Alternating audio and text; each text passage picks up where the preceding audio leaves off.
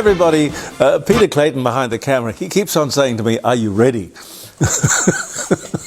I'm always ready. Well, I try to be, Pete. Yeah. Come on. No, you're good. I'm Jeremy Cordeaux. Welcome to the garage, the court of public opinion. Gary, my one-person audience is here. Absolutely, and head of the fan club. God bless you, sir. God bless you. Terrible times. It's hard to imagine in this wonderful world in which we live that there aren't terrible times somewhere, but Myanmar, I think what they're trying to say is Burma. Terrible, terrible, terrible.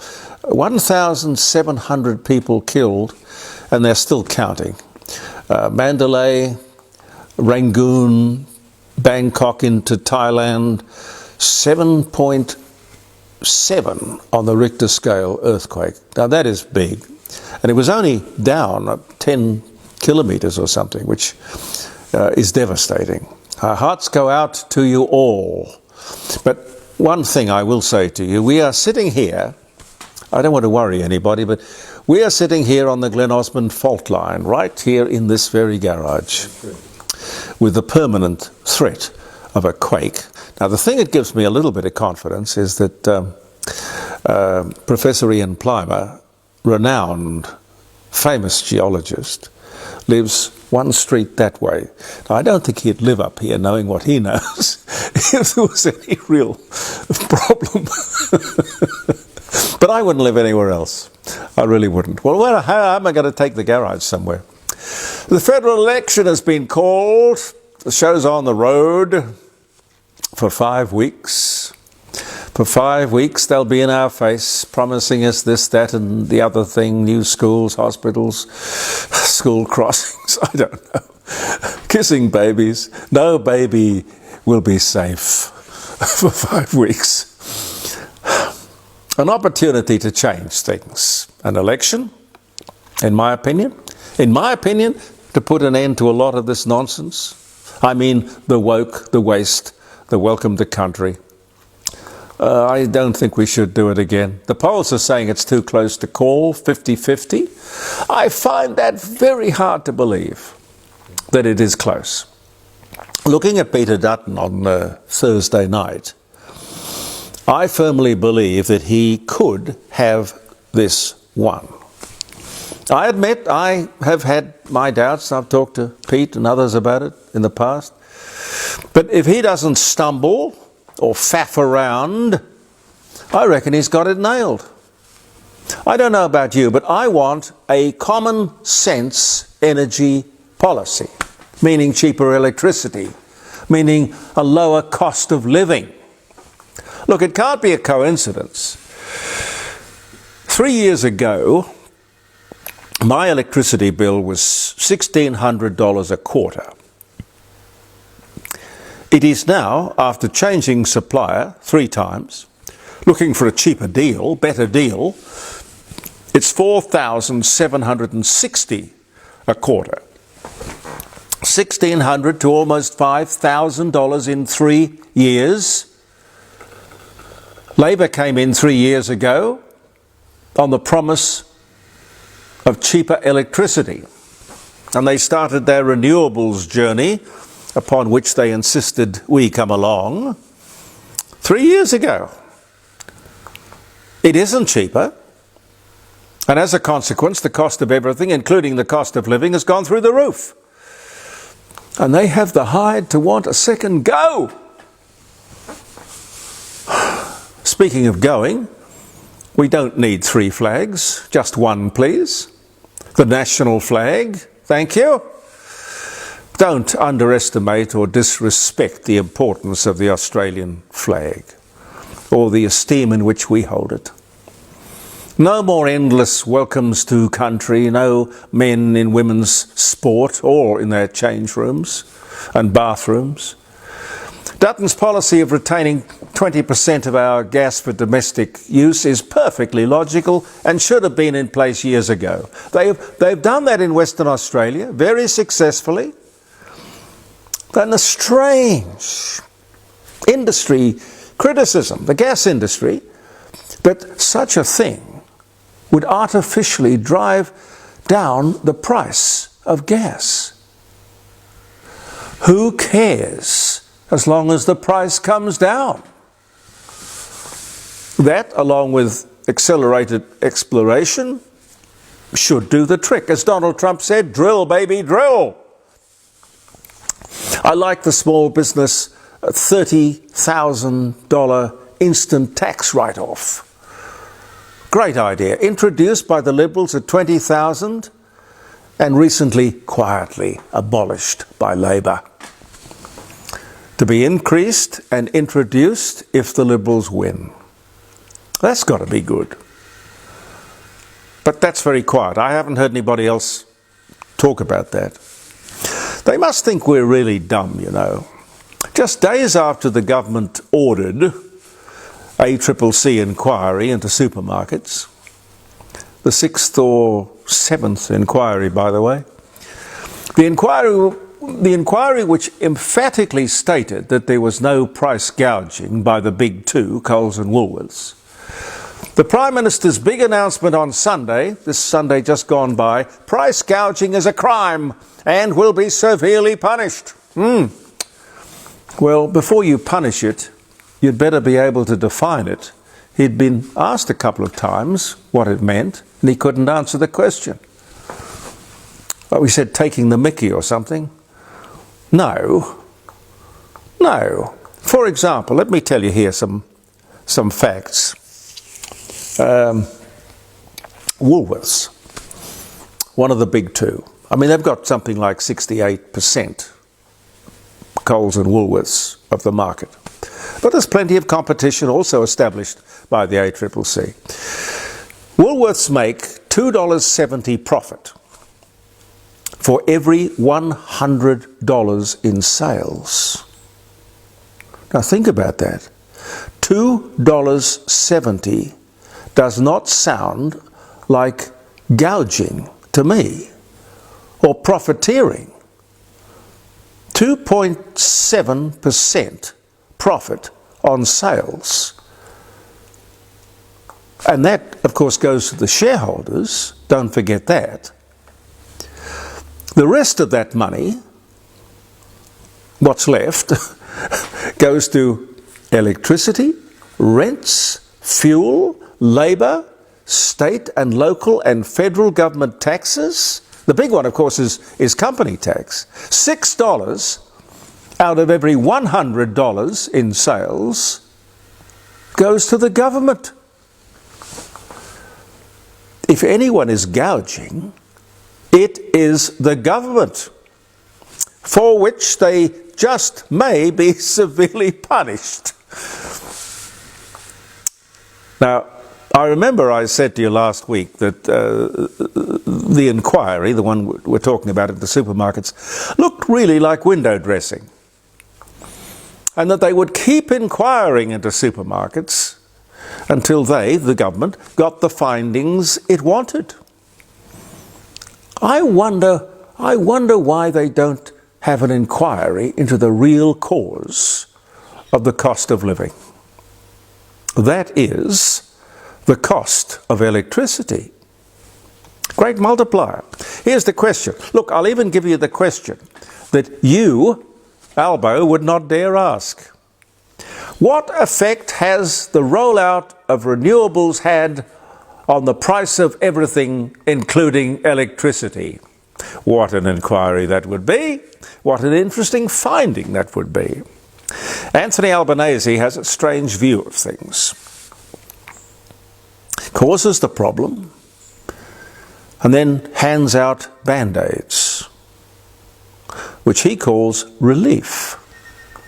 On the Insiders, just this last Sunday, he refused to admit that Peter Dutton's approach to fixing the cause rather than treating the effect was in fact the right approach. Well, yeah, who am I kidding? He couldn't very well say that, could he? No, but a very skillfully asked question, and not too cleverly dodged. Just on the opposition reply or response to the budget, Halving the excise on fuel, cutting it now from 50 cents a litre to 25 cents a litre, is overwhelmingly better than Albo's 70 cents a day tax cut in 18 months' time, mind you. I would be inclined to scrap the excise altogether if I ran the show. And by the way, it's a myth that they spend the petrol excise on the roads. They don't. Government has made every petrol bowser a tax collector. And that goes for Liberal and Labor. Half of every dollar we spend on petrol goes to the government to probably waste. And they do waste billions. The NDIS, capital works of any description, infrastructure, never on time or budget because of the cosy relationship with the crooked CFMEU. Anyway, cutting the cost of petrol and diesel now brings immediate personal and business and corporate benefits and relief. Everything we buy is transported. Cutting that cost should be reflected in everything we buy. It's not inflationary, and it's now.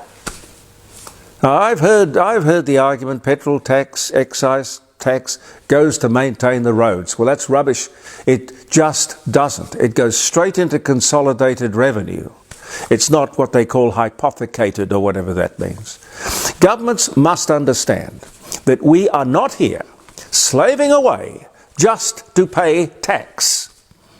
Both parties should get off our backs. Now look at this list. And I've got to thank Ben Fordham for this. Can I reach across here and just grab this? His excellent program on 2GB. Ben Fordham, he's a star. He went through this list of taxes that we pay. It's good. In fact, I'll keep this and repeat it often. Let's start with income tax, which, by the way, was introduced in the war years, Second World War years, as a temporary tax. Temporary.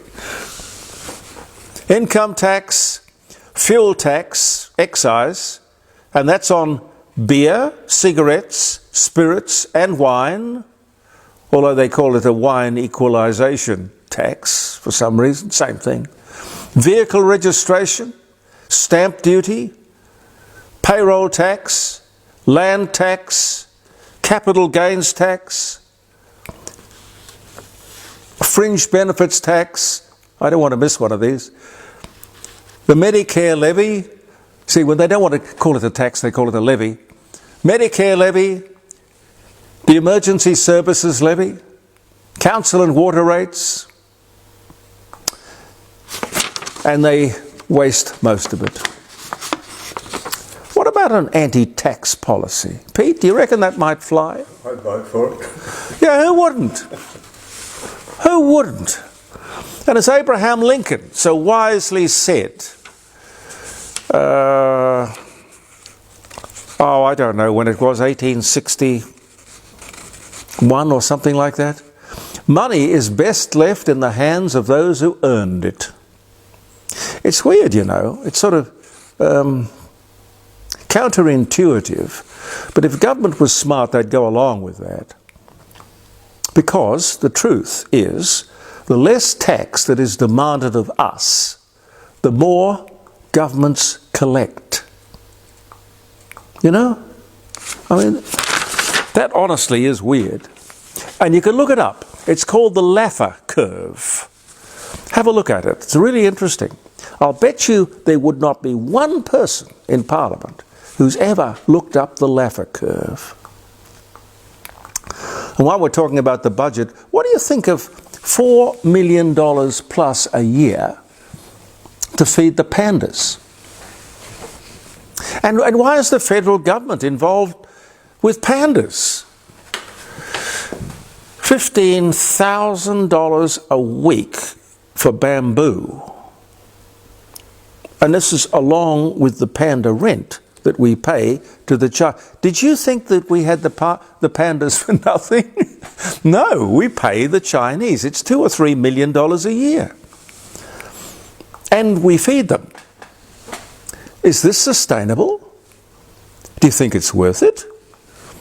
0491 65 68 60 on Friday morning from 9 o'clock till 12. You might like to comment on that. Professor Plimer will be there, unless, of course, we have an earthquake between now and then. And then we'll be both too busy. There's a great guy called Andrew Matthews, internationally famous author and speaker. He's just written a book, because he illustrates as well as writes. He's written a new book called Bouncing Back. We'll talk about that. Senator Bob Day, the great Phil Ackman, and who knows who else is going to turn up around the dining room table. JeremyCordeaux.com, live streaming. We're here with the best wishes of the Rising Sun Inn, 60 Bridge Street at Kensington. Their telephone number is 8333 0721. It's always a good idea to ring Grant or Jackie and book if you're going in for lunch or dinner, or you're looking for a venue for a party or a launch or something like that. They'll really look after you. The Rising Sun Inn, regularly chosen as the best pub or inn in South Australia. And having been built back in 1845, this is a very big year for them. And our other sponsor, Jim Elder Fine Art, the Fine Art Gallery in Melbourne Street, North Adelaide, two wonderful buildings, 106 and 110. Don't hold me to that. Yes, I'm pretty sure, 106 and 110 Melbourne Street, North Adelaide. And a big auction coming up, the first of the year. You can talk to Jim or his lovely wife Helen on 08, if you're out of town, 08, then it's 8267 2869. And they'd be very happy to give you an appraisal of a piece of art that you're, I don't know, questioning or doubtful about, or wondering whether or not it could make your day. It might. Notable paintings he's looking for, the first of the 4 auctions for this year coming up.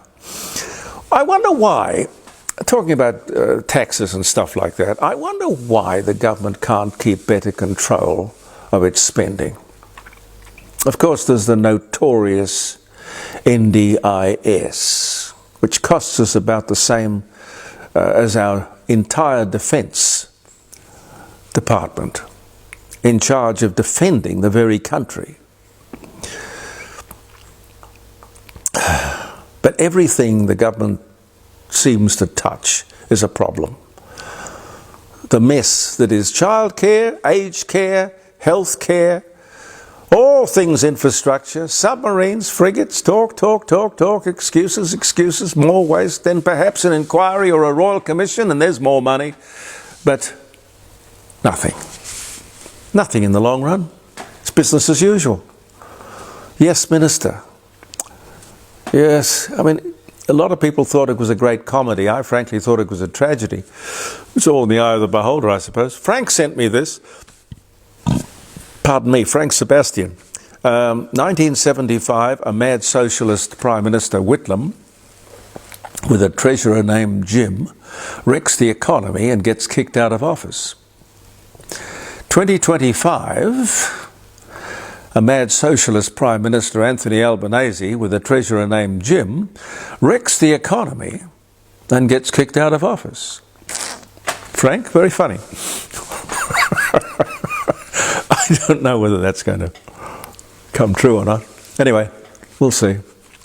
Going on for quite a while in Victoria has been a thing called a truth-telling Royal Commission. You might not have heard about it,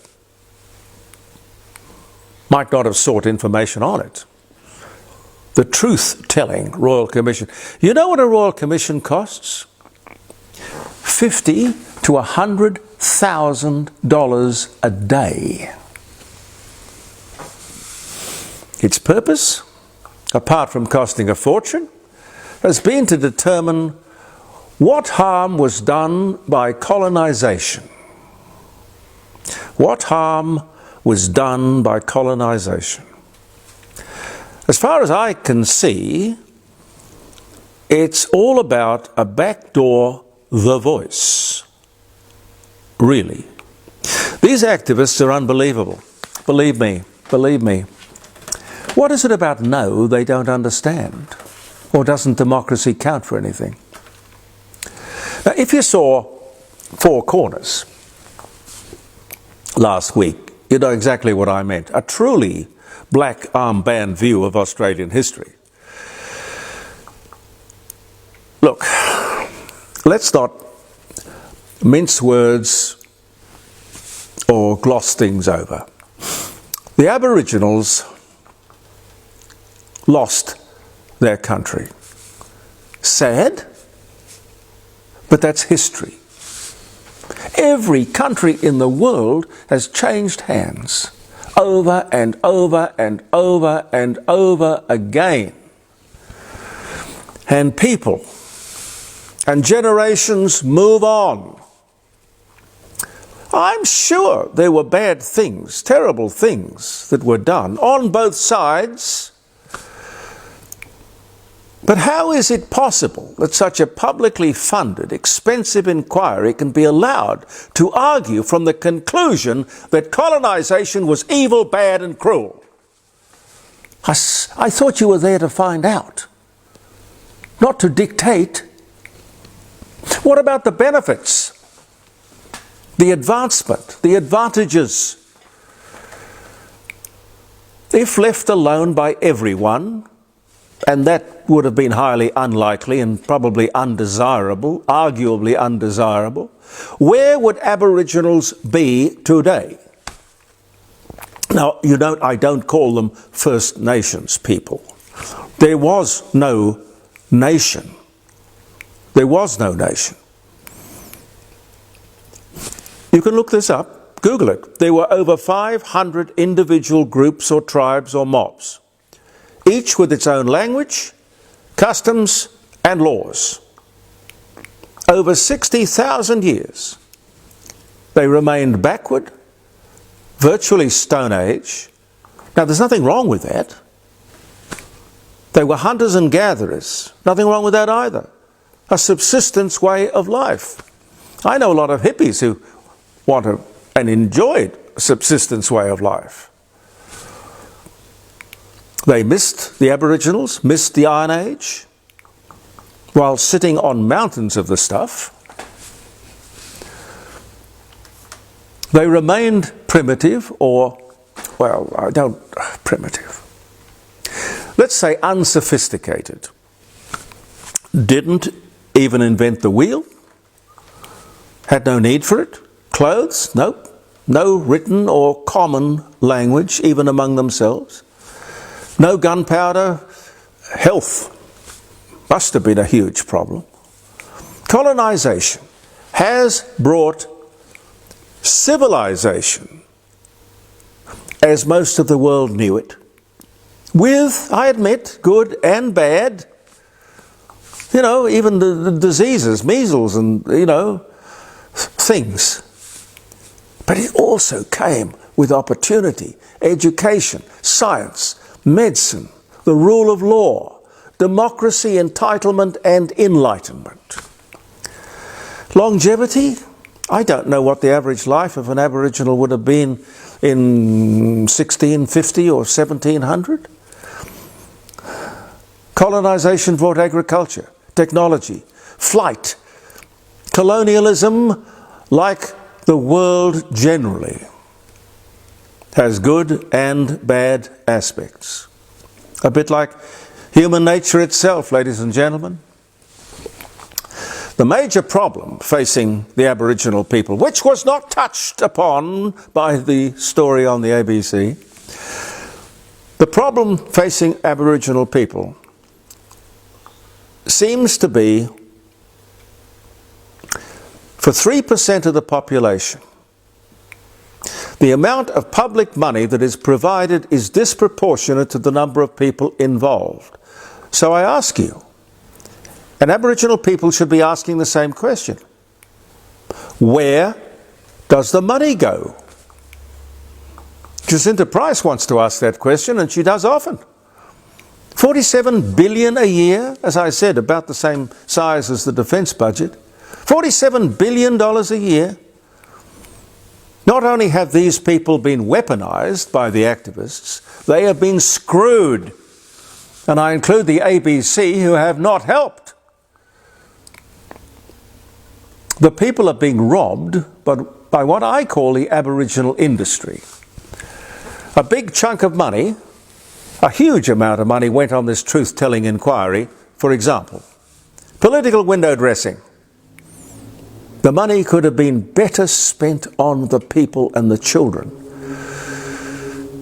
To accuse and chastise a generation of Australians who had nothing to do with any of this stuff is wrong.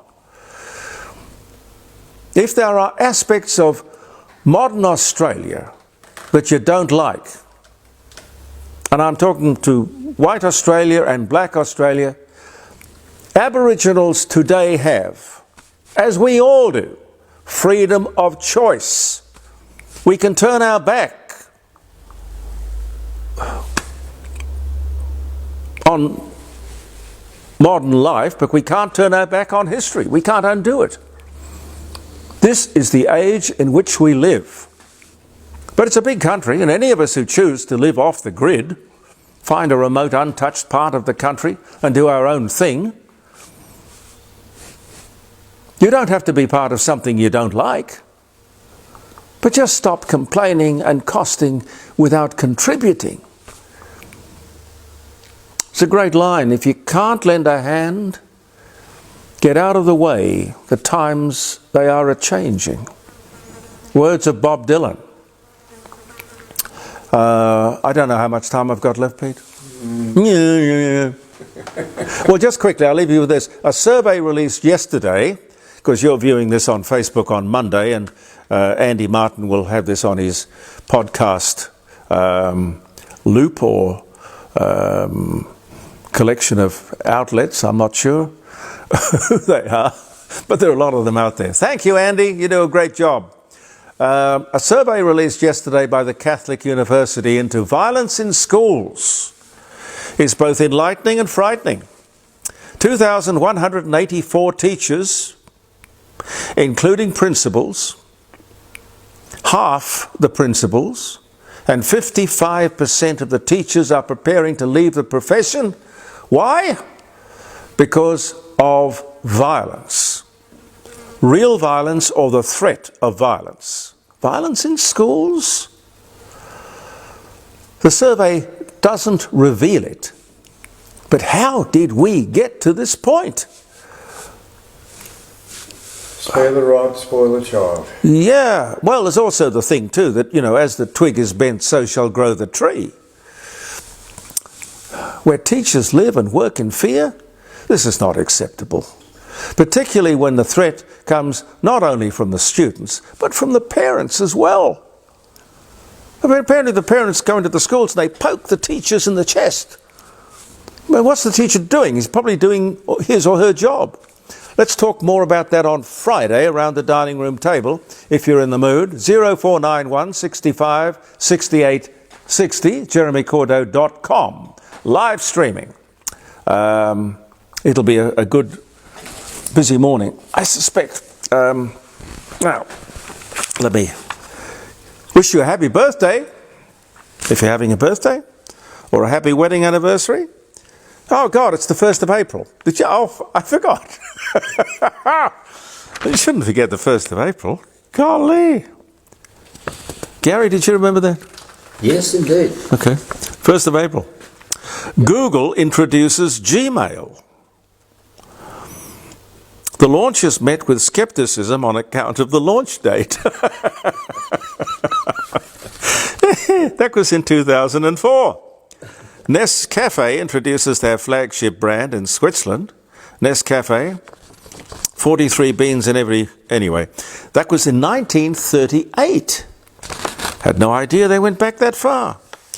1927, the first automatic record changer introduced by HMV. His master's voice. Can you imagine an automatic record player changer back in 1927? Never seen such a thing. Steve Wozniak and Steve Jobs found Apple computer in the garage of Jobs' parents' house in California. I can just hear them saying, "Listen, Steve, when are you going to get that stuff out of the garage so I can get the bloody car in?" That was only in 1976. That was the year I came to Adelaide from 2GB. Golly, golly, golly, golly, golly. The first dishwashing machine was marketed in Chicago, but the date is fascinating. The 1st of April, 1889. Wow. Golly. The first weather satellite was launched in 1960. The world's first smelling TV screen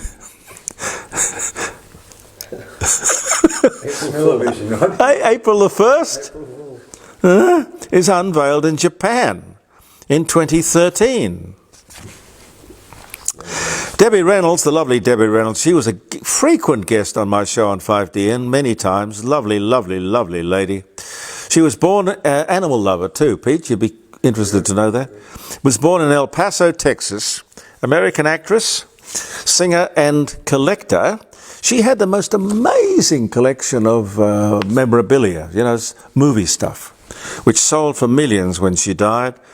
The unsinkable Molly Brown, Singing in the Rain, died after her daughter Carrie Fisher was found dead. She died the day after Carrie Fisher was found dead. She didn't kill herself or anything, she just died. That was in, well, she was born in 1932. Not sure of the date of her death. New Orleans businessman Oliver Pollack creates the S with the two stripes through it, the dollar sign. So the dollar sign, dollar symbol, was born on this day in 1778. What a obscure question that would be.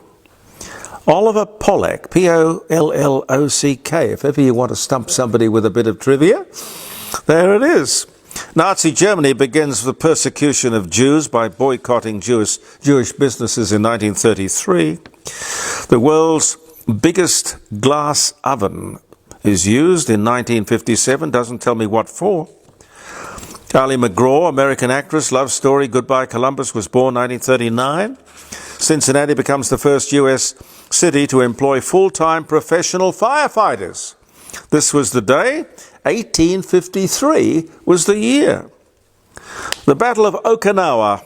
U.S. ground forces invade Okinawa during World War II in the largest amphibious assault of the Pacific War.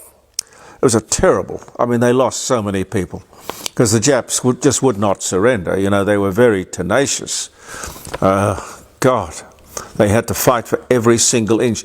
This battle, on this day in 1945, 1st of April, gave birth to that incredible, iconic, not only painting, but it's a statue as well, of all of these Marines who are putting the stars and stripes up. They're gathered around the flag, pushing it up with great pride. Cost them dearly to get it there. Wow. Dear oh dear. Marvin Gaye was shot dead by his father. 1984. John Lennon and Yoko Ono release a hoax. They were having a dual sex change operation on this day in 1970. April Fool's Day, I suppose. 1973, John Lennon and Yoko Ono form a new country with no laws or boundaries called Newtopia. Its national anthem. What do you think the national anthem was, Pete? I don't know. Gary? Give peace a chance. No, silence. They were truly mad people. Mad people. The ruins of Pompeii were rediscovered. And we got to get out of here, haven't we? John Forsyth was born. He dies at 92 in 2010. Helena Rubinstein, Polish-American cosmetic manufacturing queen, dies at 92 on this day in 1965. The first radio tube, I guess that means valve, was made. Now that can't be right, that's 1935. What did they have before 1935 if they didn't have valves? Don't know. I'll have to ask on Friday around the dining room table. I'll have to ask Tony because he will know. He will probably have one of these. It would not surprise me. Anyway, look, gee whiz. Thank you very much for being with us. Thank you, guys. Very much for coming in. Thank you for being with us in the garage.